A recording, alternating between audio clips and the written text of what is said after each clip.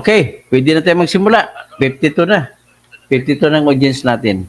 So magandang gabi, Carmelita Nevesiral, Maria Angelina, Joe Opilas, Riley Asistio, meron na tayong sounds ngayon, Lorenzo Mercurio, Jerry Nisperos, Luz Mapa, dyan sa General Trias. So Facebook user, check your microphone. Si Ato Pasqua, ito talaga yung apo ko, pinapakialaman yung mixer ko. Alam mo ginawa, pinagsisiro lahat ng volume. Buti ngayon ko lang nakita. So anyway, what is important is, medyo marami-rami ng ating mga nanonood sa atin ngayon. Magsimula pa tayo. Ito po sa atin yung bayan natin. Ang bayan po natin ay nasa gitna po ng gulo. Ang bayan po natin ay kailangan ilalayo sa gulo. Ako po si Dr. Toto Bunyog o Dr. Toto Kausing. Kami po dito sa aming partido, yung Bunyog po ay totoong makatao.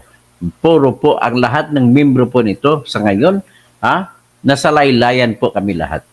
Okay, kami mga nagtatrabaho, patuloy ang pagre-recruit sa mga probinsya-probinsya sa lahat ng mga rehiyon sa Pilipinas. At desidido po kami na ipaimbuyog yung totoong katotohanan, totoong katarungan, at totoong kapayapaan para sa ating bayan. Rose Cruz, magandang gabi. Conechensa, Maya Pabingi, Maria Eleccione, Dichon, tapos walang audio daw, pero may audio na ngayon. Nice to catch your live stream. Okay? Si Gregorio Galila. So, tapos, sino pa? Maria Angelina. Okay, Joe Avilas. Okay. Ito na ngayon po. Sa ngayon po, nais kong ipresenta sa inyo na malaking gulo na po ang nangyayari sa Davao City. Saan po? Bakit po nagkagulo? Nagkagulo po nung magsimula ng tinatawag na na yung nagagalit si Duterte. Una, di ba, tinanggalan si Sara ng confidential fund. Nagagalit na. Pagkatapos, ang kasunod nun ay mayroon na mga ginagawa si Tambaluslos na biniblame nila ng lahat. So, tinitira na rin si Pulong Duterte na mayroong 51 billion na unprogrammed funds. Unprogrammed pala ng funds na yun, pero nakakuha pa ng pundo. So, sa sunod ko na topic, ipalabas yan kung anong pundo ni Pulong Duterte na 51 billion. At tinira na rin yung mga problema ni Kibuloy. So, ang problema ni Kibuloy, kasi kakampi din nila, kaya ang nangyari, feeling nila ngayon ay awayan na ng todo. Tapos, ang problema ko to si Sara, naninimbang. Halata si Sara naninimbang. Tapos si BBM naman ay halata na parang baliwala na kuno. Pero sa totoo lang, matindi na yung awayan. So ngayon, dahil nag-rally-rally pa sila, kumukontra sila sa mga gustong ipanukala ni Romualdez. Actually, gusto rin ni Bugbong yan, yung tsa-tsa. Okay. Ano yung tsa-tsa? Di kumontra naman. So, ang dami na nangyari dito sa kanito. Tapos sa ang pinakamatindi na nangyari, naggalit na galit ang mga Duterte, yung itinuro sa kanila, yung sisi sa nangyari sa West Philippine Sea. Although hindi nagsasalita si Bongbong masyado, ang nagsasalita ay yung mga vlogger na sinisisi namin si Duterte. Pero nakikisabay din sa tiempo yung mga tao ni Bongbong at sinisisi mga Duterte. So ngayon, siyempre, it struck not a good note sa kanila. So ang nangyari, nagagalit na sila kasi lumabas na nagsalita na sila na may gentleman's agreement. So ngayon, ang gentleman's agreement, nakikita namin yan na isa sa pagtatraidor sa inang bayan na ginagawa. Ngayon, una, tinanggi ni Duterte yung salita ni Harry Roque na mayroong gentleman's agreement. Tinanggi niya. Pero tingnan mo na, bago tayo totoo ba na mayroong gentleman's agreement? Actually, ang ibig sabihin po ng gentleman's agreement ay yung kasunduan na verbal lang, salita lang. Kumbaga, umaasa na lamang sa pagiging gentleman ng tao na tutuparin ang mga pangako na nabibitawan na ayon sa kasunduan. So anyway, kung pa-joke-joke, paano maging gentleman's agreement yan? Eh, hindi naman gentleman, killer naman si Digong. So, hindi pwede maging gentleman's agreement. Ganon din si Xi Jinping, the Chinese. So anyway, so much so for that. Ang nangyari, tinanggi muna ni Duterte at tinanggi rin ni Salvador Panelo. Pero mo dalawa ang abogado niya, si Harry Roque at si Salvador Panelo. Kung anong sinabi ni Harry Roque na mayroong kasunduan, ay itinanggi naman ni Panelo. Ano ba ito? Ang gulo-gulo. So anyway, what happened then was, naglabas po ng statement ang Minister of Foreign Affairs ng China. At tahasang sinabi na ang agreement sa gitna ng Pilipinas ay nangako ang Pilipinas na tanggalin or itaw away, kukunin sa Ayungin Shoal ang barko na sira na BRP Sierra Madre. Hindi ginawa. Ngayon, yung kasunduan na yan, ay meron pang issue yan. Sino ba sa mga presidente natin ang nakipagkasundo yan? Sinasabi na si Erap. Ngayon, tinatanggi naman ni Erap sa pamamagitan ng kanyang mga anak na si Jinggoy at sa JBR Sito. At panahon pa ni Gloria, nandyan na yan. So, ibig sabihin, tinatanggi na rin ni Gloria. So, ngayon, panahon ni Noynoy, sigurado ko nandyan na yung Ayungin Shoal at imposible naman na si Noynoy ay makipagkasundo na tanggalin ang BRP Sierra Madre. Tandaan ninyo, 1999 pa yan, sinadsad yan ang BRP Sierra Madre. Para manatili na isang hindi magasto na outpost ng Philippine government or Philippine military. At pinangalanan nila, ang tawag dyan, commission, bali magiging member ng Armed Forces of the Philippines or Philippine Navy to be exact, ang barko kahit nasira. At kung membro siya ng Armed Forces, o ibig sabihin kasangkapan siya ng Armed Forces dahil may pangalan, ay ang atin yan, pag ginalaw yan, pag ginalaw ng China, ibig sabihin, gira na yan. Kasi bakit? Pag ginalaw, military facility kasi na yan eh. Pero kung ang ginalaw lamang nila ay Philippine Coast Guard, hindi pa gira yun. Kasi civilian naman ng Coast Guard. Kaya ganun ang ginagawa ng China. Kung mapapansin nyo, nagbubumba ng tubig sa Philippine Coast Guard natin at sa mga barko na inuupahan ng Coast Guard para magdala ng pagkain sa barko natin na BRP Sierra Madre doon sa Second Thomas Shoal o di kaya Ayungin Shoal. Kung tawag niyan sa China ay Rinai J. Okay. Rinai J. Ahilan na J at sa kanilang tawag dyan. So anyway, so iyan po yung mga yung barko na yan, ang unang sa kasunduan daw na tatanggalin. Ngayon, tinatanggi naman ni Duterte. Wala daw sa kasunduan nila yan. So, pero binanggit ng Minister of Foreign Affairs ng China na kasama sa kanilang agreement. At sabi niya, the Philippine side has not yet made good its promise to remove the ship. Oh. Next, sinabing kasunduan na pumayag daw si Duterte na papasok ang mga barko ng China ng Pilipinas papunta sa Ayungin Shoal para lamang magdala ng pagkain ng mga Marines, 4 na Marines. Hindi nyo ba alam, 4 lang ang Marines na nakastasyon doon? Araw-gabi sa loob ng 3 buwan, palitan na naman sila. So, bibigyan sila ng pagkain, buwan-buwan. So, ang ginagawa naman ng China, yun daw ay agreement. At kasama din sa kasunduan daw na gentleman's agreement ay hindi magdadala ng mga construction materials at mga welding machine o di kaya acetylene machine o device para kumpunihin yung mga kinalawang na papalitan ng hindi nakakalawagin para hindi babagsak. Kasi ang minamantini ng Philippine Navy na napakaliit na gastos lamang yung barko na sumadsad na BRP Sierra Madre, may pangalan, Barco de Guerra, kasi may BRP. So ngayon, ang nangyari dyan, ang suspetsya naman ng China, kaya nagagalit daw sila, kada tuwing pupunta raw ang Pilipinas, magbibigay doon ng pagkain, may kasama daw construction materials. Kasi nga, ang inaasahan ng China, takot din ng China na sila ang maghahatak ng barko. Kasi, ibig sabihin, pag ginawa nila yun, military act na yung ginagawa nila. At kung military offense na yun, ay pwede pumasok ngayon yung United States of America para tuparin nila ang kanilang obligasyon sa kasunduan na tinatawag na Mutual Defense Treaty. Kasunod yan, pinangako din daw, may karoon din ng agreement na papayagan ni Duterte na mga mangingisda ng China. At ang nangyari, yung mangingisda natin na hinaharangan.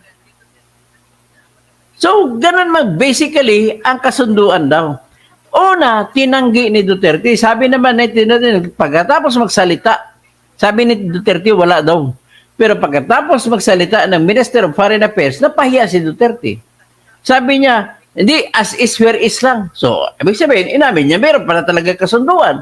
As is where is. Anong ibig sabihin ng as is where is?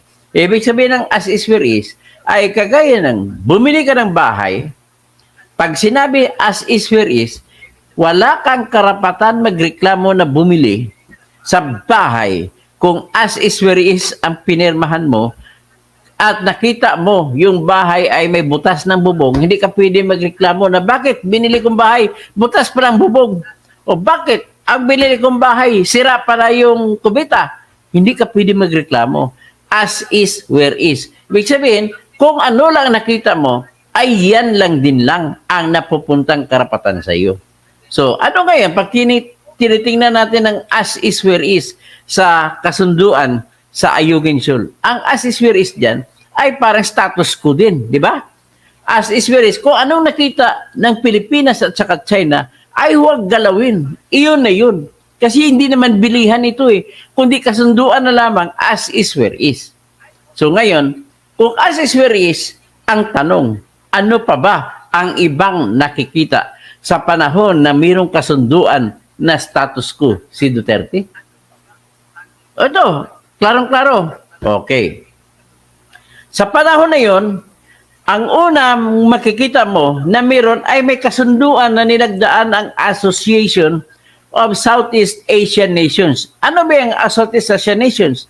Vietnam, Cambodia, Laos, Myanmar, Indonesia, Malaysia, East Timor, Philippines, Singapore, Thailand, 10, at Philippines, 11.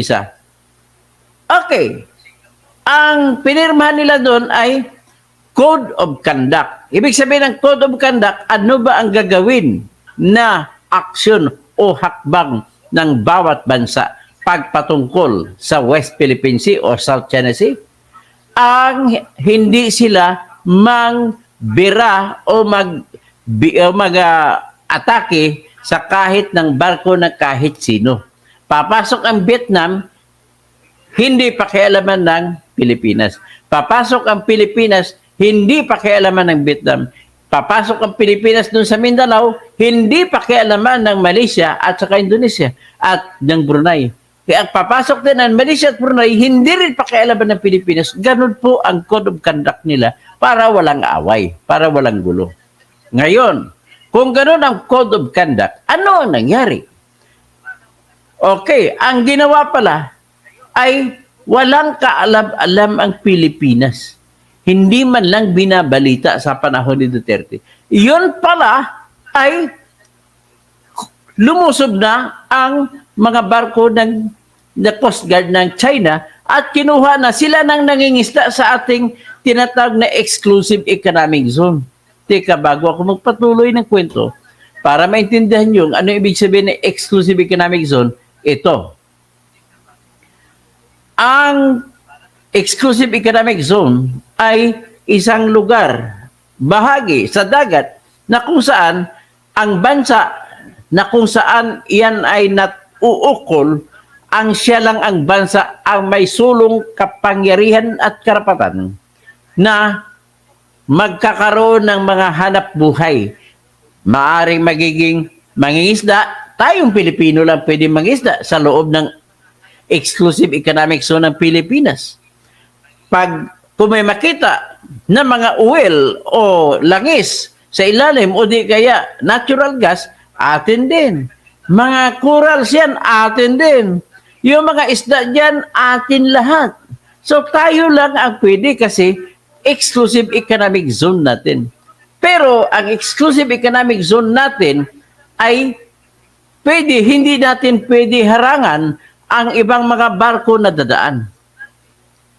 Obligasyon natin sa ibang bansa yan, sa buong mundo, na free passage yan. So mga barko na pumupunta sa Vietnam, pumupunta sa Japan, pumupunta sa Taiwan para kumuha ng mga parts, mga kotse, kung ano man dadalhin sa India, iikot sa Singapore, papunta sa Amerika, ay hindi pwedeng harangan yun. So, yan po ang exclusive economic zone kung napapasok dyan.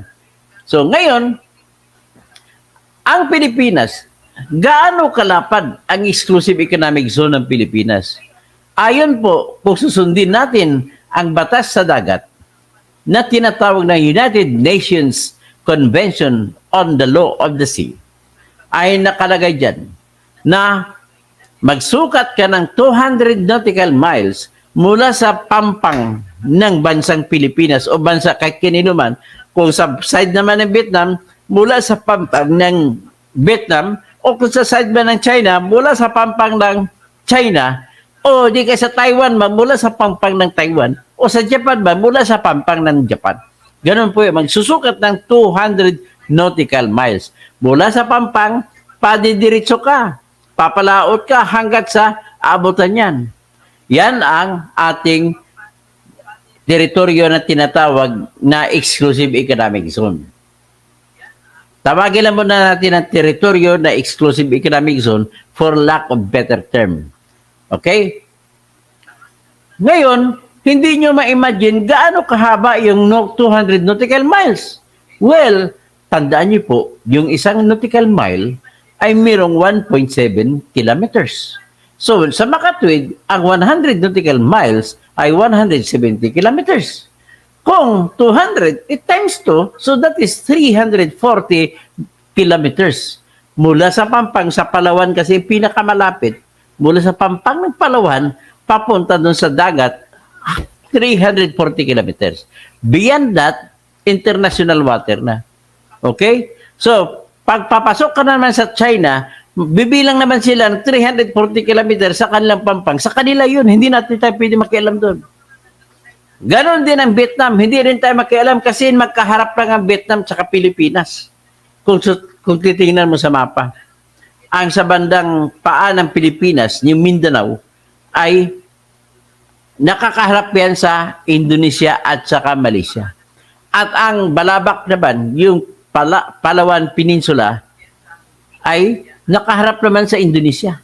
So, ganun po ang sitwasyon ng Pilipinas. So, ngayon, kung susukat ka ng 200 miles, hanggang Ayungin Shoal ay sakop pa. Bakit gaano kalayo ang Ayungin Shoal mula sa Pampang ng Palawan? Palawan kasi pinakamalapit ay 100 nautical miles lamang. So, kung 100 nautical miles lamang, atin yun. So, lahat ng mga shoal, ano ba ibig sabihin ng shoal? Yun kung bababa yung dagat, dahil may tinatawag na high tide, low tide. Pag low tide, bababa ang tubig ng dagat, makikita mo na siya. Pero pag tumaas ang tubig ng dagat, kuminsan hindi mo na makikita. O di kaya, kunti na lang nakikita. So, doon na ngayon magbabago, high tide or low tide. Tapos, high elevation or low elevation. Diyan nakakaiba. So, ngayon, ang isla po, para magkaroon ng kanyang sukat na 200 nautical miles, kailangan ng isla ay pwedeng mabuhay ang tao. So ano yun? So ibig sabihin, para mabuhay ang tao, kailangan, pag tinanim mo ang puno, kahit nyug, bubunga ang nyug, tatayo. At ang niyog, siyempre, ang tao mabubuhay kahit buko lang ang kakainin araw-araw. So sa kaso naman ng shoal, kasi bato, ang klasifikasyon ng UNCLOS niyan ay sa decision ng Permanent Court of Arbitration ay bato. So kung bato, walang buhay. At kung walang buhay, hindi siya pwede magkaroon ng sarili niyang 200 nautical miles na panibagong sukat. So okay, siguro ayos na tayo dyan. So ngayon, pagka ganon, ano naman ang binabasihan ng China?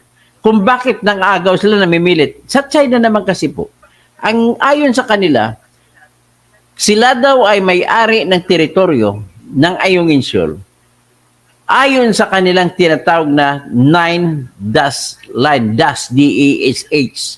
Dash, guhit. Siyam na guhit. Pag ginuhit nila, ang lahat ng napasasakop ng guhit nila sa kanila yon. Pero pag tinignan naman guhit nila, ay iniiwanan lang nila lahat ng mga bansa sa kaliwa, sa kanilang kanan, Vietnam kagad, papasok doon sa Thailand, papasok doon sa Singapore, papasok sa Malaysia, papasok sa Indonesia, papunta sa Brunei, pabalik sa Pilipinas. Iniiwanan lamang nila ng 12 miles. Kasi ang 12 miles po na pag manggaling ka sa tinatawag na Pampang, susukat ka ng 12 miles, yun ang tawag dyan ay territorial water. Teritoryo na yan. Hindi lang yan exclusive economic zone. Sa exclusive economic zone, teritoryo din natin, pero hindi ka pwede magbawal ng ibang mga bansa o mga barko. Pero sa territorial natin, 12 miles mula sa Pampang, ay pwede tayo magbawal na kahit sino pumasok. Okay? Naintindihan nyo na? So ngayon, ang sabi ng China, binasihan din nila ng siyam na guhit nila na ginawa nila 10 guhit na ngayon base sa kanilang kasaysayan sa Qing Dynasty. Nakalagay doon sa Qing Dynasty, nasakop nila yon. Kaya lang, nung nagsampa ang Pilipinas ng kaso para alamin kung sino ba talaga ay may karapatan sa Ayungin Shoal at iba pang mga shoal kagaya ng Scarborough Shoal. Kasi ang problema sa Scarborough Shoal ay nireclaim na ng China. Kumuha pang China ng lupa doon sa Zambales. Bundok ng Zambales, tinapyas ang mga lupa. Binenta ni Gobernador Ibdani, Hermogenes Ibdani doon sa China at ginawa ng panambak. Okay? Kaya marami na silang mga military base doon. So anyway, ang desisyon na ngayon ng Permanent Court of Arbitration sa kasong sinampa nila ni Noynoy ay hindi matatanggap ang argumento ng China na nakabase sa kanilang kasaysayan sa Qing Dynasty na sila ang may-ari ay may teritoryo doon sa mga dagat na sa labas ng 12-mile limit ng bawat bansa na nagpapalibot sa West Philippine Sea natin o South China Sea. So ganun ang sabi ng UNCLOS, ng Permanent Court of Arbitration. Ang pwede naming sundig batas ay UNCLOS. Bakit? Kasi ang UNCLOS, iyan ang pinirmahan na pinakahuling batas na nilagdaan ng lahat ng bansa, kasama ang China, kasama ang Pilipinas. At nakalagay sa UNCLOS na 200 nautical miles ay pag-aari ng bansa na may dagat. Okay?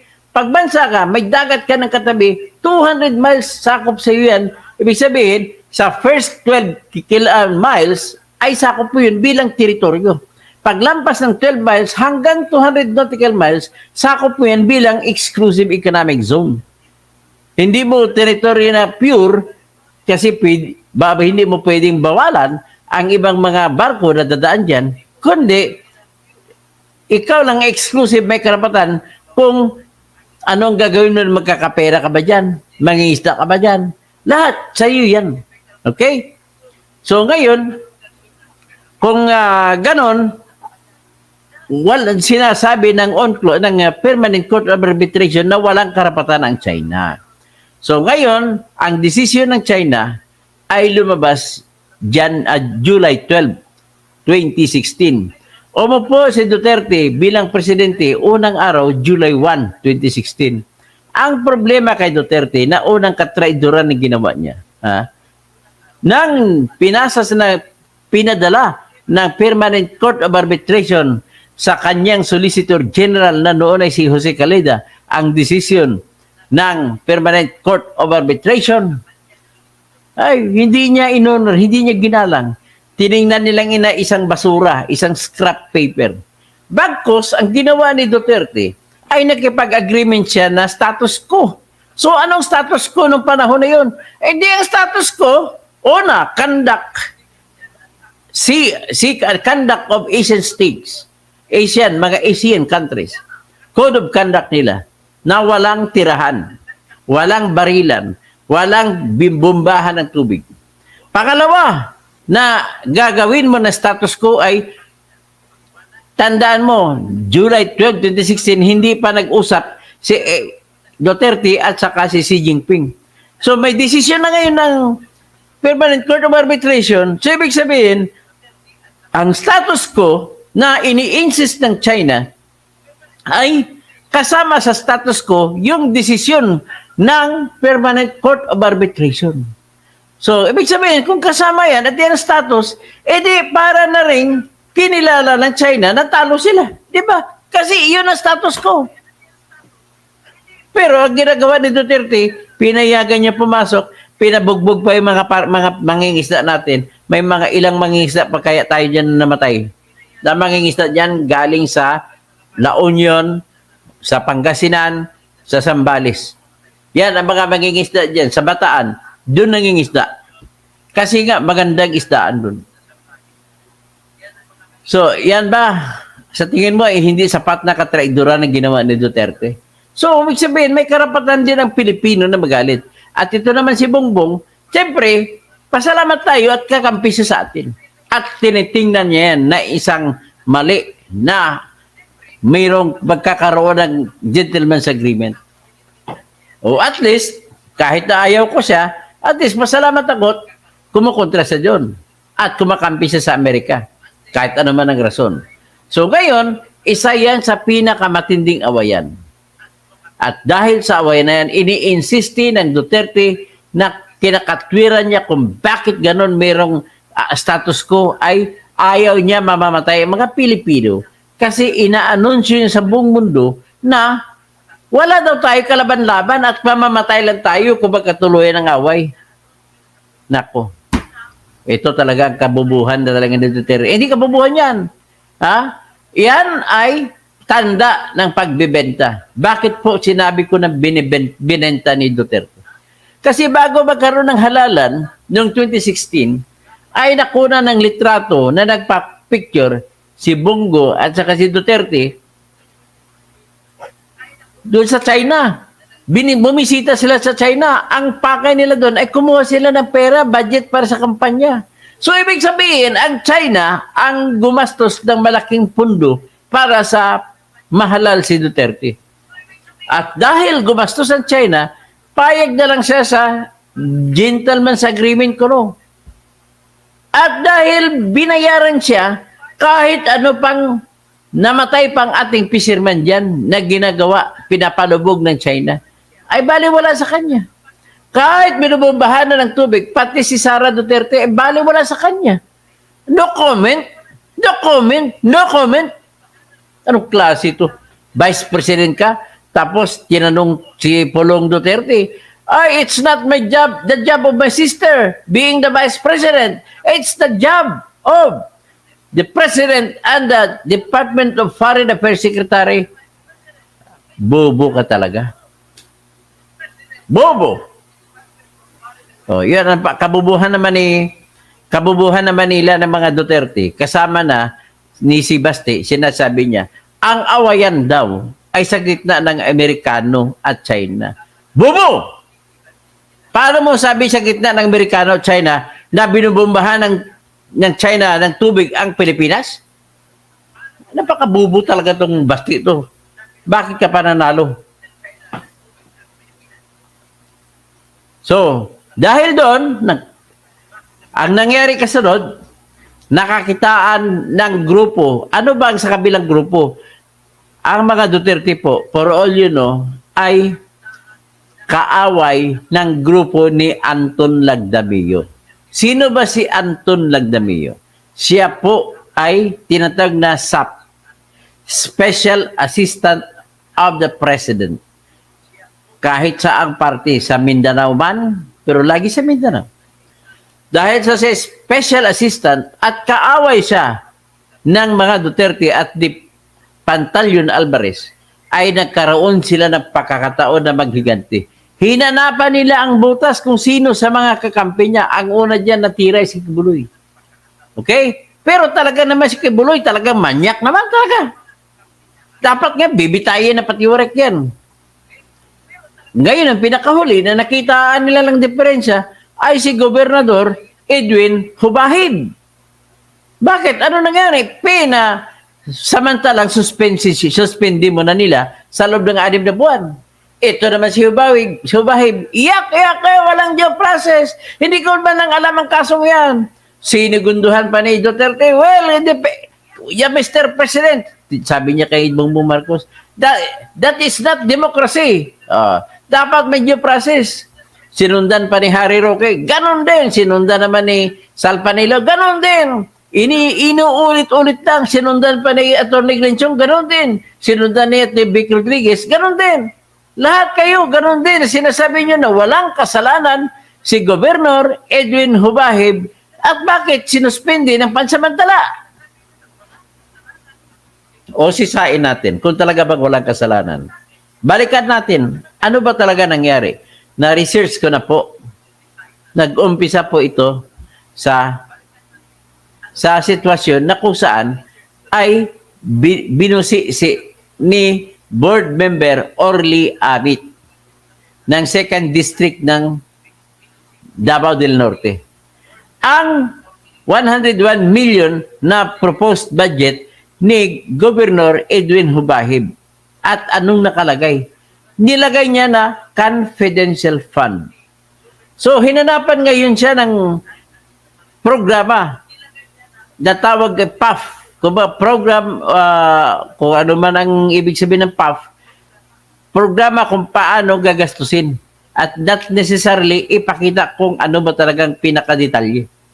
Ay hindi naman nagbigay si Hubahib kasi wala naman talaga maibigay sapagkat ang katotohanan ng buhay, gagamitin niyang 101 million para ibubulsa niya at gagamitin niya pang bili ng boto habang wala pang eleksyon. So anong nangyari? Dahil makulit din ito si board member Orly Amit, ang ginawa ni Hubahib ay sinulatan niya si Orly Amit na binabalaan niya na huwag mong pakialaman ng budget ko. At huwag mo na ko sisain yan, ipasan nyo na, aprobahan nyo na.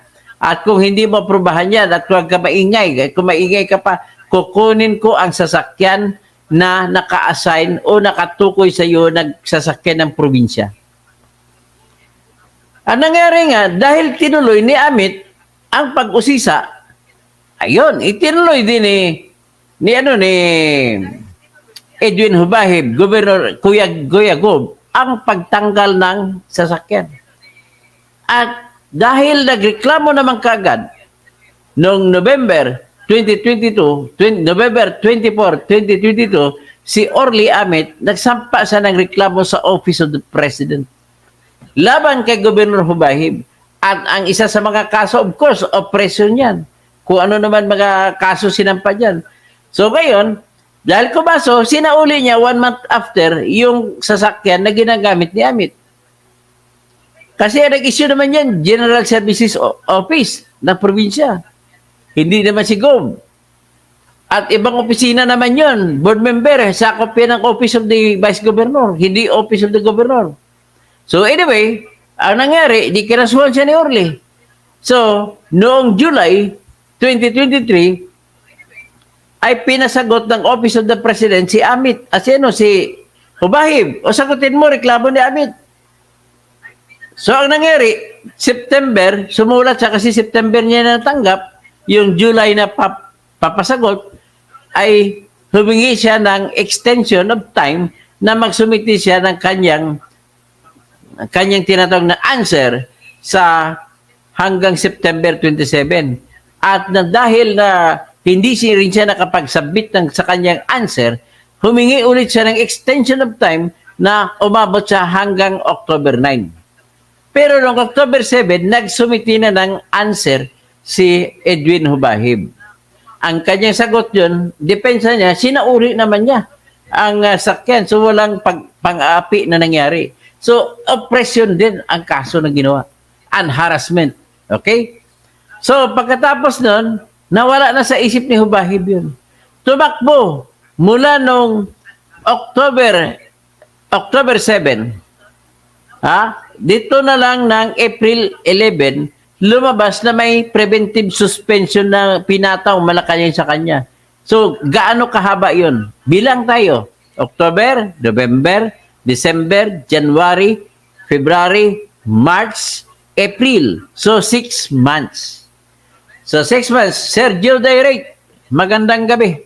So, sa 6 months, ibig sabihin, umabot ng 6 na buwan ang Office of the President o si Bongbong Marcos at saka si Executive Secretary Lucas Bersamin, imabot sila ng 6 na buwan bago sila magdesisyon kung dapat bang ilagay sa preventive suspension na 60 days maximum si Governor Hubahib o hindi.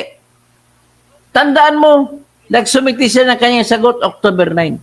At nakalagay dyan sa Republic Act 7160, Section 63, nakalagay dyan na pagkatapos sumagot ang kinakasuhan ay anytime mula nung araw na yun, ang tawag namin yan when issues are joint. Sabihin, bakit sinasabi na issues are joint? Nagsampa ng reklamo, sinagot mo, so nag-join ka sa reklamo. So ang issue ng reklamo at ang issue na sagot mo, nag-join, tinatag na when issues are joint, ay pwede na magsampa, magdesisyon ang Office of the President kung magpapalabas ba ng pansamantala na suspension na maximum na 60 days. Ngayon, sa batas, sa Republic Act 7160, walang nakalagay kung gaano kahaba magdesisyon ng Office of the President. Pero nakalagay naman po sa Constitution, lahat ng desisyon ay kailangan desisyonan mo na sa loob ng 90 days.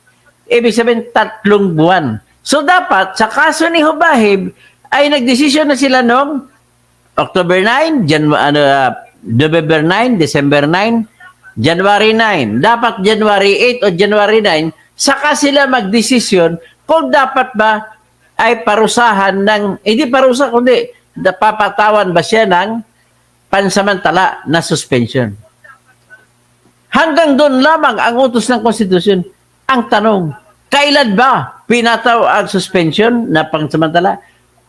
April 11 na. So kung April 11, ibig sabihin, lumampas kayo, Bongbong Marcos. Hindi ko kinakampihan dito si Duterte at si Hubahib, pero dyan,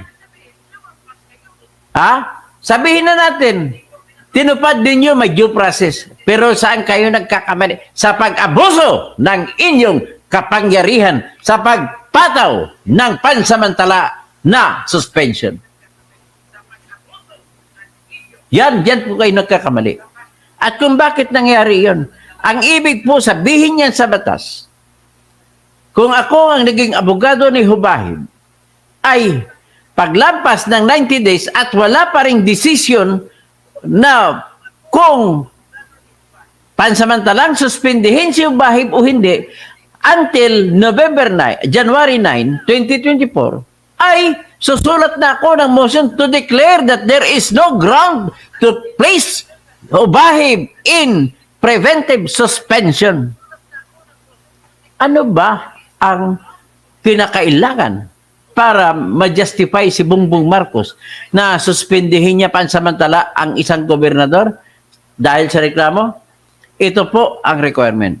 Kailangan malakas ang ebidensya ng kaso laban sa kanya. Tanong, malakas ba? Mamaya, sagutin natin. Next, the requirement. Kailangan na tanggalin siya pansamantala kasi pag mag-imbestiga, magsimula na, ay baka ma-impluwensyahan ang mga testigo dahil sa kanyang posisyon. At hindi niya pirma ng sweldo, siyempre, natural, ang mga testigo ay testigo pabor sa kanya. Siyempre, hindi niya pipirma ng sweldo o ano. Ngayon, kung dokumento ang ebidensya ni board member Orly Amit, which is document naman talaga, palitan ng sulat. Mangyari ba na ang dokumento ay itatamper? Ano bang tagal sa papalitan? I-switch? O buburahin ang mga nakasulat sa papel? May posibilidad ba na mangyari?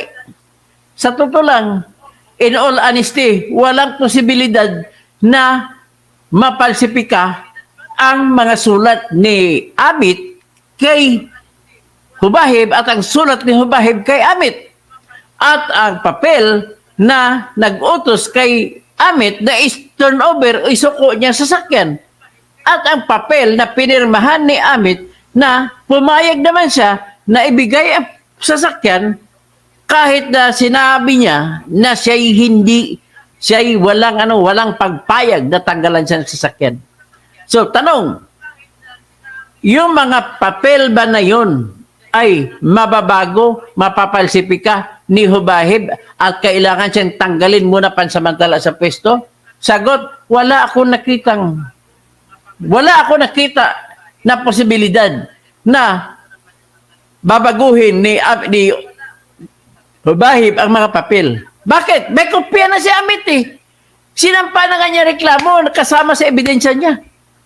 So, with your respect, Mr. BBM at Mr. Chief Justice Lucas Bersamin, wala pong possibility na ipalsipika ni Edwin Hubahib ang mga dokumento. Ngayon, tanong, pwede bang maimpluwensyahan ni Hubahib ang mga testigo? Sagot, bakit? Kailangan ba ng testigo? Kung hindi naman kailangan ng testigo at mapapatunayan mong kaso, ay hindi na kailangan. Papel lang, mapatunayan na eh. So ngayon, kung hindi pala kailangan testigo, walang katwiran si Bongbong Marcos at saka si Lucas Bersamin na ilagay sa pansamantalang suspension si Edwin Hubahib. Ang gagawin na lang nila, magdesisyon na lang sila kung guilty ba o hindi si Hubahib. Ganun lang kasimple yun. Saan ba kumukuha kayo ng utak? Ano bang utak ninyo? Hindi ako naniniwala na ganun lang ang utak ni Chief Justice Lucas Bersamin. Naging Chief Justice ka pa kung tatawagin. Naku. So ngayon, hindi ko kinakampihan sila ni Duterte sa bagay nito. Pero mali kayo dito, Mr. Bongbong Marcos at Mr. Lucas Bersamin. Klaro?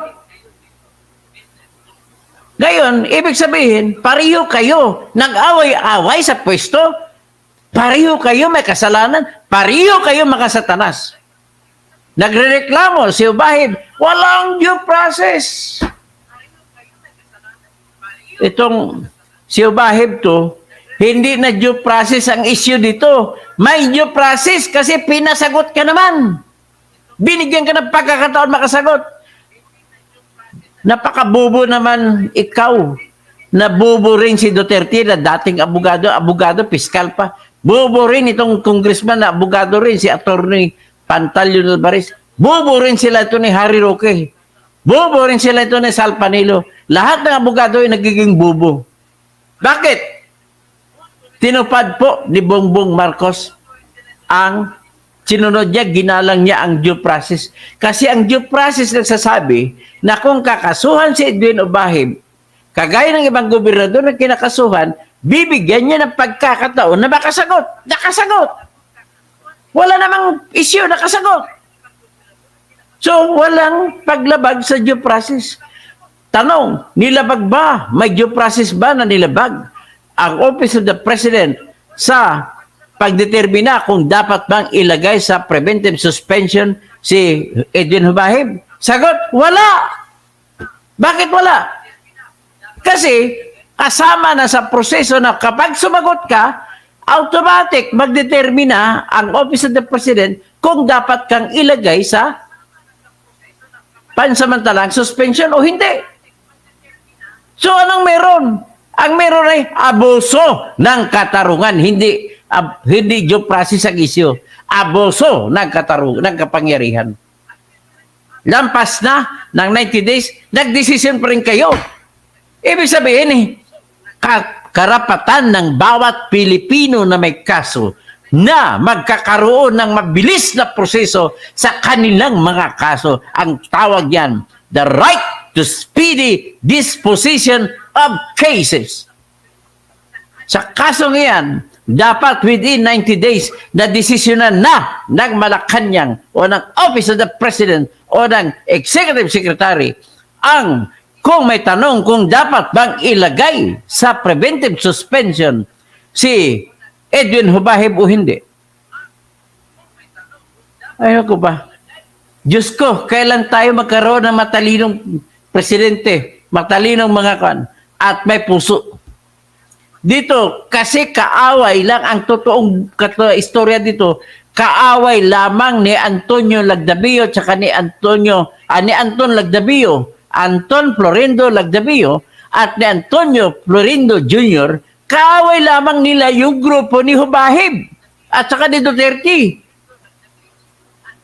At dahil kaaway nila, naisipan na, ay nga pala may kaso pala si Hubahib, isuspindi natin.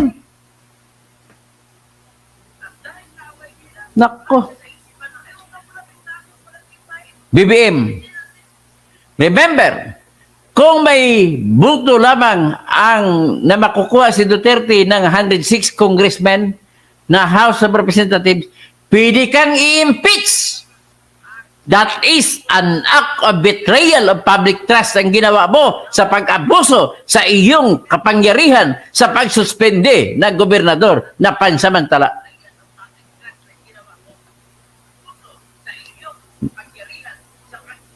You have that obligation to faithfully execute all the laws. Ibig sabihin sa Tagalog, may obligasyon ka na sincero at makatotohanan mong ipatupad ang batas. Ngayon, ang batas na pinag-uusapan dito sa pagpaparusa sa pamamagitan ng suspension o pansamantala o bilang parusa ay nakasaad sa Section 63 ng Republic Act 7160. Batas yan, obligasyon ka na ipatupad mo na may katapatan. Ang nangyari, inabuso mo. Lampas ka na ng 90 days. Saka ka pa magdesisyon. Impeach BBM. Tapos, kasuhan ng treason ang grupo naman ni si Duterte. Pare-pareho lamang kayo. Nakuha nyo, na-capture nyo ang mata, damdamin, taiga ng lahat ng Pilipino dahil sa inyong away na walang kwenta. Unit team na naging unit teams. Iba talaga kapag pinagsama mo ang kapwa magnanakaw. Mag-aaway at mag-aaway talaga. Hey! Next! Dahil dito sa away nito, nahati na naman ang grupo nila ni BBM at Sara doon sa Davao. Yung grupo nila ng unit team dyan sa Davao, magkasama yan sila. Si Oyo Boy sa kabilang partido. Partido ni Oyo Boy na Vice Governor ni Edwin Hubahib ay partido ng hugpong ng pagbabago. HNP. Ganon din ang mayor ng Tagum na si Ray Oy. Tatay ni Oyo Oy.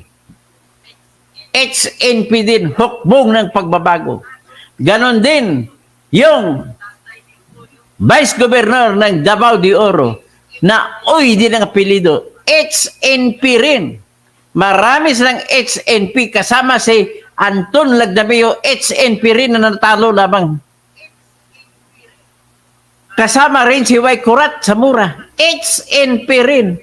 Kasama rin si Congressman Duhali, HNP rin ni Sara Duterte. Marami silang HNP. Ano nangyari? Nagpalabas ng kalatas ang partido hugpong ng pagbabago ng utos na tinanggal na sa partido ng HNP.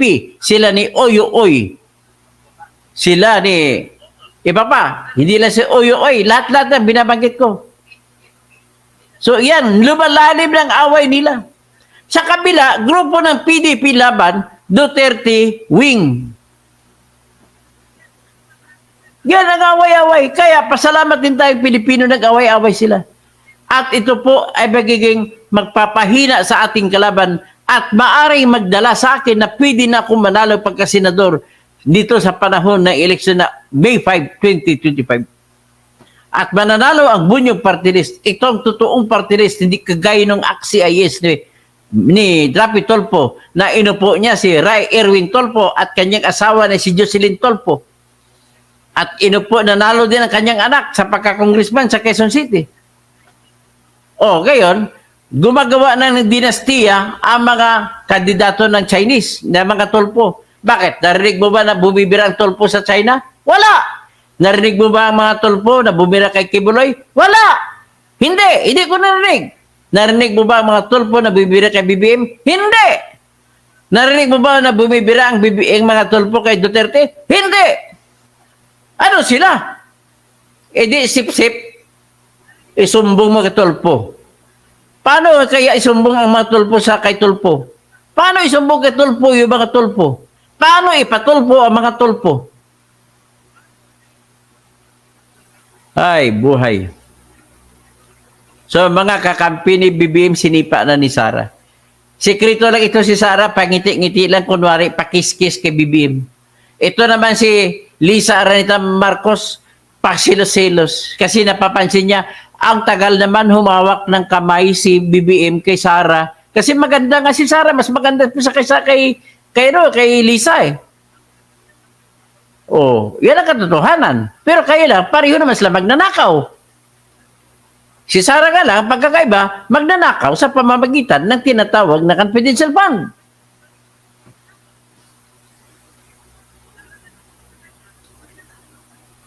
Hi. Okay? So, nakikita mo ito, balimbingan, andyan lahat. Ang elemento ng mga korupsyon, nandyan lahat. So, siguro, so much so for that. 55 minutes na, magtatawag na lang ako.